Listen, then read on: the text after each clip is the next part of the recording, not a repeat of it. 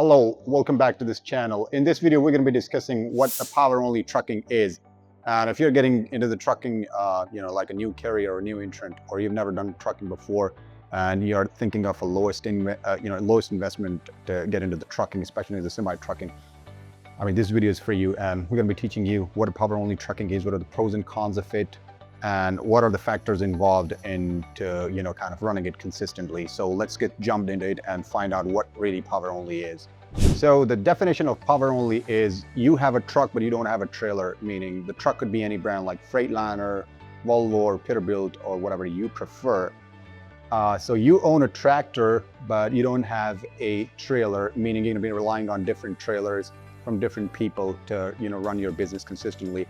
Now, this is a low-cost entry into the trucking, meaning you don't have to invest into the trailer, or you don't have to invest into renting a trailer or leasing a trailer or buying one, or whatever the case may be that suits your mindset the best. So, but you just need a truck, its registration, of course, and everything in play that you need.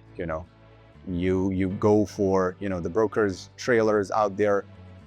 Some of them need it delivered fast, some of them need it delivered in 5 to 7 days.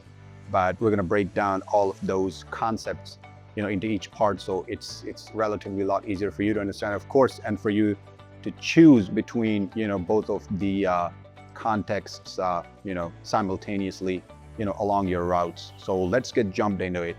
So there are a couple of options, two options that you can choose from. One is the hook and drop, meaning so the hook and drop option, or a tow-away option we call it, is there is a trailer parked and someone needs it delivered on time. For example, if the trailer is about 400 or 500 miles, they need it delivered in 1 day, and they're going to pay you, per mile based on whatever the lane is. They're going to pay you full amount for that.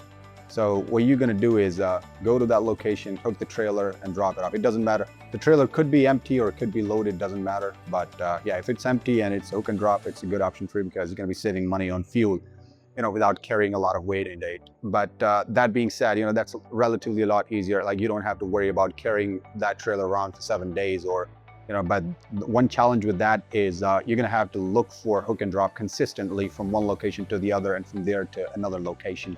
So this is a bit challenging and a bit of work that you need to do. You also need to acquire trailer interchange insurance. But yeah, if you're gonna be doing power only, you definitely need trailer interchange insurance. Most of the people go for 30K because it's cheap as. A lot of the trailers are going to be finding on the load boards from brokers are also going to be, roughly around $30,000. But yeah, if there's some brand new trailers, they're not going to be accepting 30K. They at least require about 50K of the trailer interchange insurance, or the non-owned trailer insurance endorsement. That being said, I mean, our second option is the load-out trailer. Now, that is something, that is also a trailer. That's an empty trailer. The broker wants it delivered from one location to the other, but he gives you a time cushion. He gives you like 7 to 8 days. And he says, okay, you can take the trailer, use it for 5 to 6 days, but you're gonna have to drop it off at the destination on the final day, or 7 to 8 day, whatever the agreement is between you and them. Now, with that being said, now these are the trailers that the customers don't want to pay a lot of money on, to move it. So they're like, okay, I want it moved, but I don't want to pay, like $2,000, $2,500, just to move it. So I'm going to have it, give out to someone who is in need of a trailer. So, people like you, or people who have power only trucks, they kind of go for those kind of trailers. Now, one good thing about that is once you have that trailer, you don't have to worry about, grabbing another trailer in the next 7 days.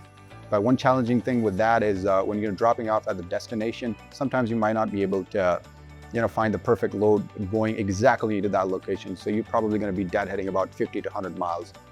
Yeah, that's about it. But yeah, if it's going to be a van trailer, I mean, there are like good options that you can, get closer to the destination, whatever the case may be with you. So hook and drop and load out, these are two options. This is pretty good for the starter. Like if you're getting into the trucking business and you don't want to invest a lot of money.